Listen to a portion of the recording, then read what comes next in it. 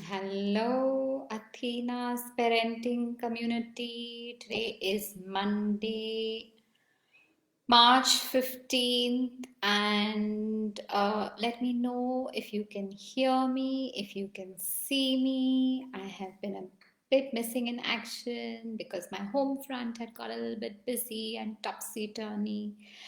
So here I am back in the swing of things, and I had a parent write in with this question, wanted to be anonymous. How do I improve my child's self esteem? So, this is a question that not only applies to children, but it also applies to adults. I'm sorry, I have to check. Okay, I think I have to go. Sorry, okay.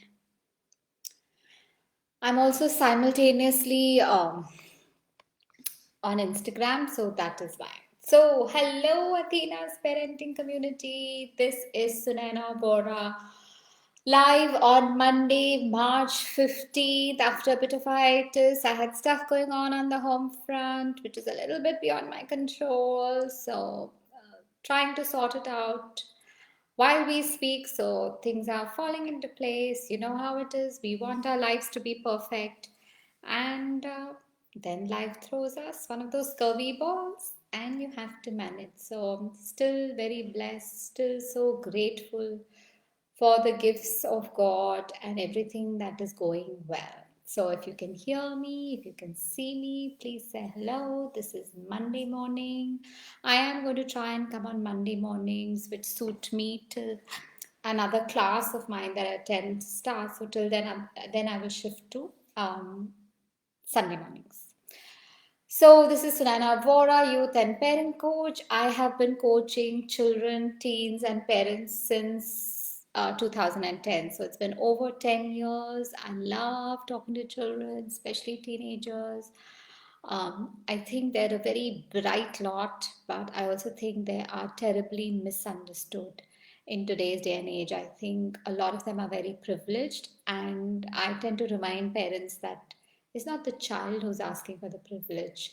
It is you who is giving it to the child. So remember, when we ask them to be so grateful for, the car that we're allowing them to drive, or the driver that's dropping them to their class, or whatever it is, and then we complain that our child is not grateful, but your child has not seen another world. So that's a topic for another day. Gratitude and children, yeah, that's another topic. So, yeah, my hair's a mess. Okay, so hello to my Instagram people also. So I realized that now Instagram allows for longer videos. So I have now become smarter, and I put my phone on, which is here, and my computer, and I'm on Instagram and Facebook at the same time. So the topic for today's live is sent in by a mother who says, how do I help to improve my child's self esteem? So, I want to clearly define what self esteem is, because self confidence is different to self esteem. They're linked, because when our self esteem improves, our self confidence improves. So, self esteem is how I feel about myself. Self esteem is how I feel about myself, whether I feel good about myself, how I perceive myself, how I think of myself. So positive thoughts that I think about myself is I don't I might not be that great on camera, but I'm still going to try and come on camera, because I'm sure people will appreciate what I have to say, for example. So it is how you perceive yourself plus what you think other people. So it's because this is not a thing directed towards adults. For an adult, I'll say we should be at a point where we don't care what others think. But as for children, so the question is specifically for a child, how do I improve my child's self-esteem? So children, especially younger teenagers who are stepping into their teens, like 12-year-olds, 13-year-olds, they're very concerned about being accepted into various groups, by their friends. I'm talking about it from a child's point of view on how to improve your child's self-esteem. So, how you are going to improve your child's self-esteem is, if someone can just tell me they can hear me, that'll be great. How you improve your child's self-esteem. Please remember, whatever you say to your children becomes their inner voice. I'm going to repeat that. Whatever you say to your children will become their inner voice. So it becomes very, very important for you to realize that whether you are joking or whether you are serious, the stuff that we tend to say to our children, "Oh, you've done so badly in maths. Maths is just not a subject for you. You are never going to succeed in maths." So that is internalized by your child. There's so many people, like there's another speaker I follow who's called Lisa Nichols, and she speaks amazing English, and she writes speeches, and she teaches people how to come on stage and how to talk and how to exude confidence. And she said in school, her English teacher said, um, this is a language you're never going to master. And then her speech and drama teacher told her, I would just urge you never to look at or dream about ever being on stage. So she says, now I make millions of dollars just by being on stage and speaking. So she obviously fought the system, and her story is brilliant. I mean, you can Google her, Lisa Nichols, and her story is brilliant. That how she wrapped her, I think, 1.5-year-old child in a blanket because she ran out of money. She had $11, and she couldn't even buy diapers for her child, and how she turned.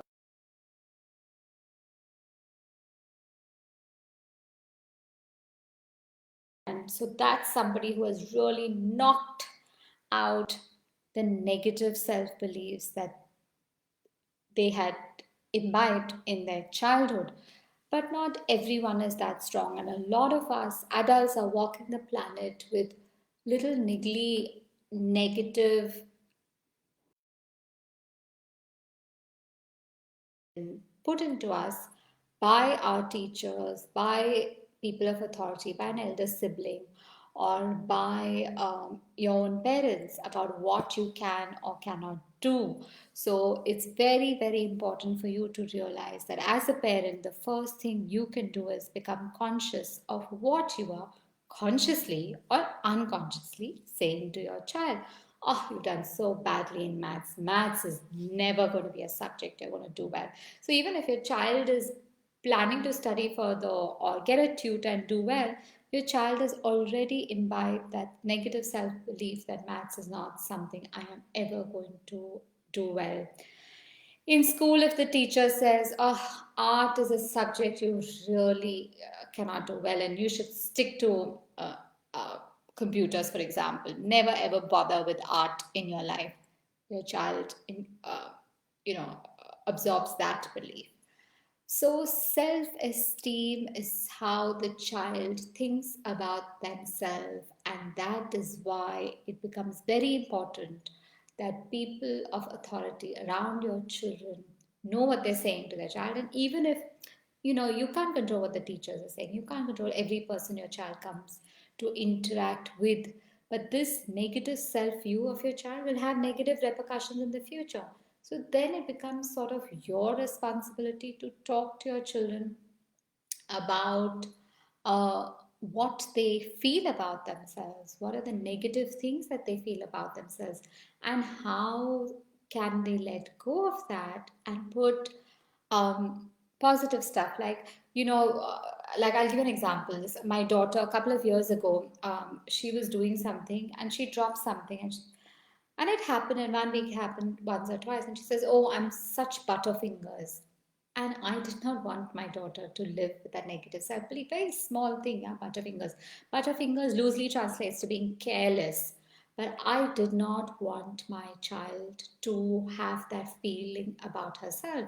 So I said to her, I said, no, sweetheart. I could have also dropped it. Papa also could have dropped it. Anybody can drop things. It's very normal to drop things.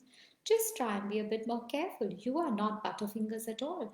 You are one of the most careful people I know. So I jumped in at that moment and I quickly corrected her negative self belief about herself because it becomes a self fulfilling prophecy. So, what do you mean by a self fulfilling prophecy? Is once you say something negative to yourself, your mind then begins to look around you in your environment for things that confirm that belief about yourself. So I always tell my clients this, that belief is the single most powerful factor that shapes who we are, whether it is a negative belief, I can never sing well, or a positive belief that I'm a great speaker. These beliefs are what we stick to in our lives because our brains are looking into our environment to corroborate, that's the word I was looking for, corroborate this belief that I have formed inside of me. So that is why I made it. So do you get where I'm going with the Butterfingers one? So if she had dropped something and then she would have, it would have been internalized and she would have constantly been unconsciously saying to herself, so we have a list inside of ourselves. So in that list, I'm such Butterfingers, I'm such Butterfingers. So you walk around and you go, I'm such big Butterfinger. There, I'm such Butterfingers. See, and so you then don't need an external person. The beauty and the horrible part of this is you no longer need that teacher or that parent to tell you you're Butterfingers or you're bad in maths or you are terrible at art. Once you have internalized that negative self belief, even in the absence of others, your brain then takes over and starts to, oops, there, I'm Butterfingers. I know it, I'm Butterfingers. So if you dig back into your past, all these negative self talk beliefs have been formed because of something you did and you said to yourself. But from the ages of 0 to 7, I can tell you it's mostly people in authority, your parents, your grandparents, your friends. Oh, you're so ugly, you're so dark, you're so fat. And that is why a lot of people struggle with weight issues for the majority of their life because that is what they think of themselves. That is what they see in the mirror.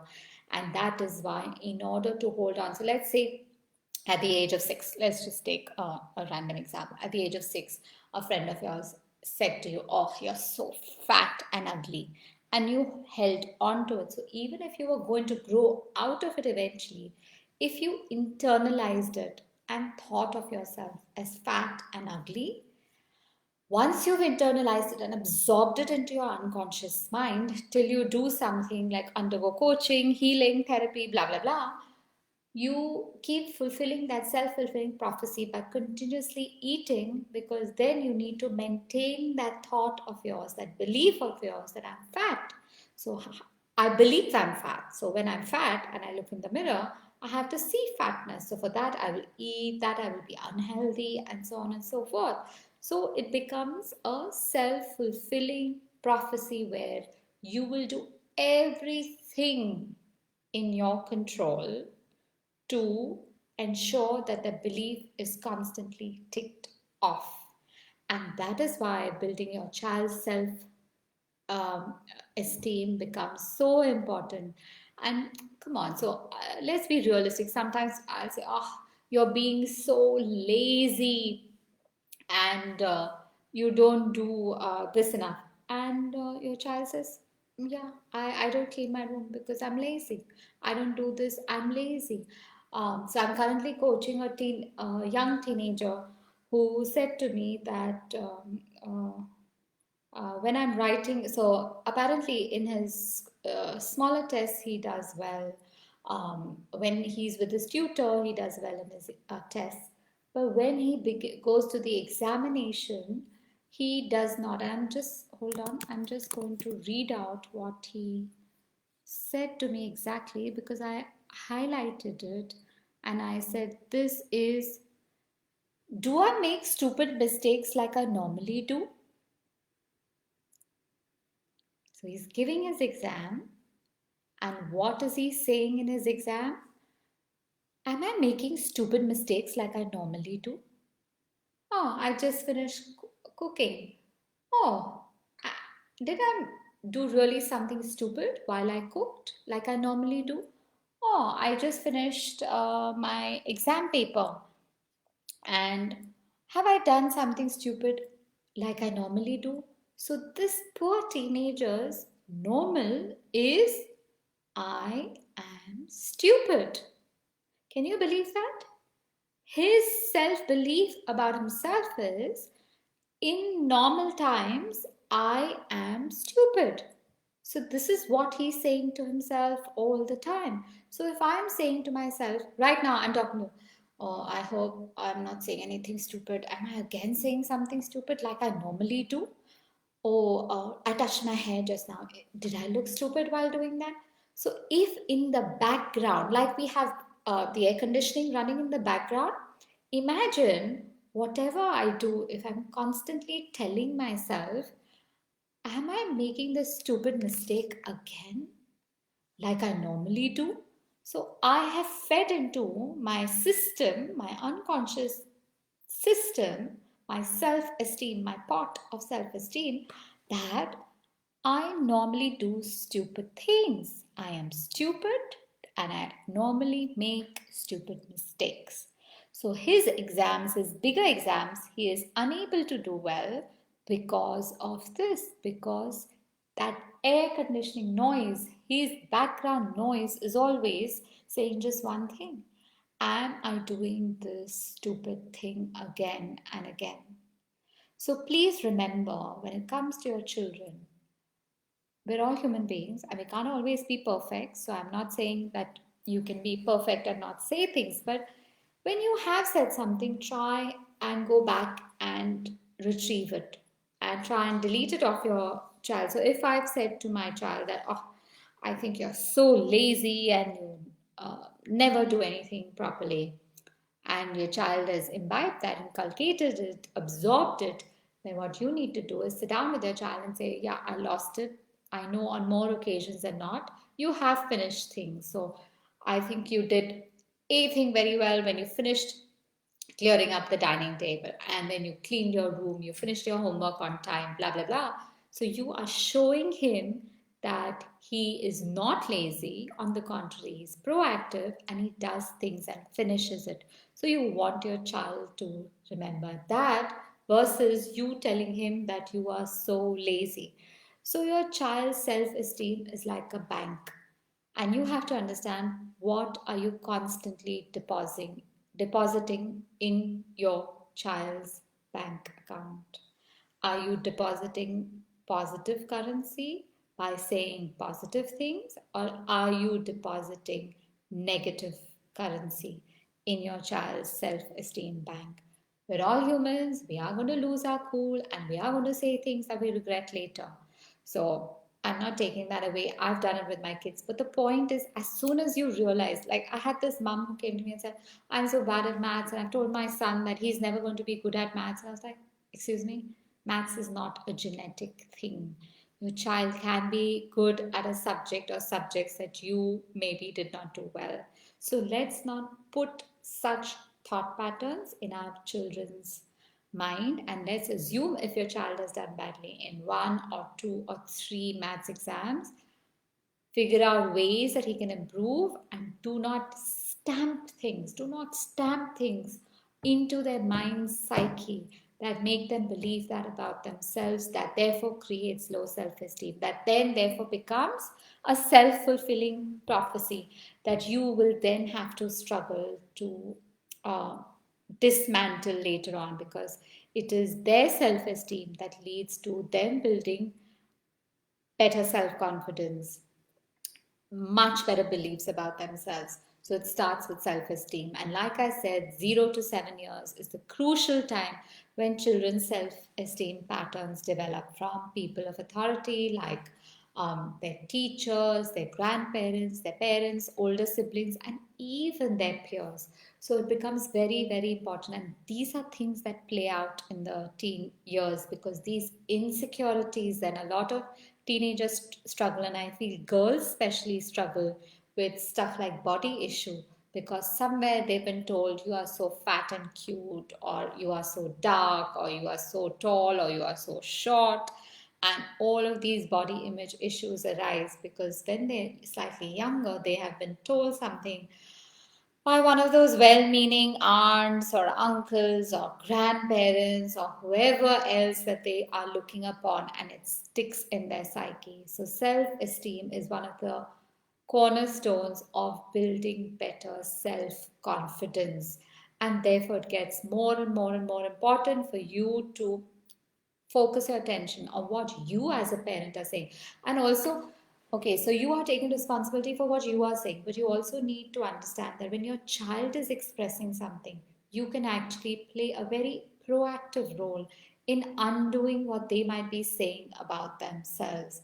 For example, my son, I don't know, he speaks very well, but he had this thing that he doesn't speak well, or he tends to get nervous. And there are a couple of times that he had the opportunity to be on stage, and I actually recorded him and I showed him. And yes, he did falter. Then he did look like he was a little bit nervous. But I sat with him and I said, focus on how you're speaking, how you're walking, how you're connecting. What kind of energy are you exuding? And what can you build on? So, step by step, we broke it down till recently, because he's giving all those, college applications, blah, blah, blah. He has slowly, over a period of time, built his skills in such a manner, because I sat him down and I said, these are the areas you need to build on. These are the areas you need to focus a bit more. Your hand gestures, you're great. My son is a charmer. So when he speaks, you are normally just drawn to him. He's got a great personality, and he is just a very cute, warm, affectionate personality. I'm not saying it because he's my son, because that's how he is.